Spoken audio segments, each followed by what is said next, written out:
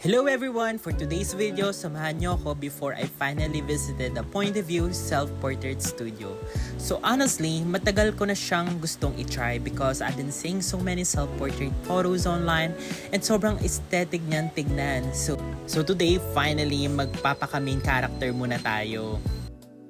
As you can see naman, first impression, super nice and cozy ng place. Ang clean ng setup and very welcoming yung vibes. Ito nga pala yung backdrop colors nila and their packages na pwede nyong i-avail and the payment options.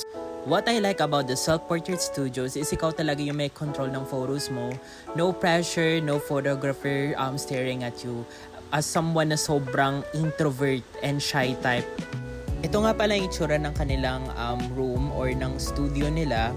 May mirror, and then may computer, and then makikita mo talaga yung sarili mo at may mga props sila na pwede mong gamitin, and meron din mga quotes na pwede mong suotin, but just make sure na aayusin mo lang yung paggamit after use.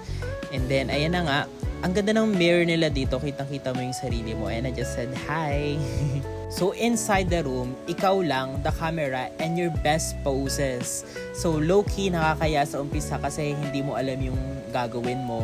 Pero after a few shots, bigla kang magiging model real quick.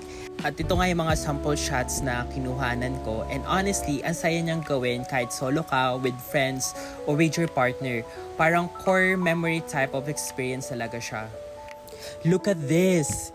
Hindi ko ina-expect na ganito kaganda yung kalalabasan.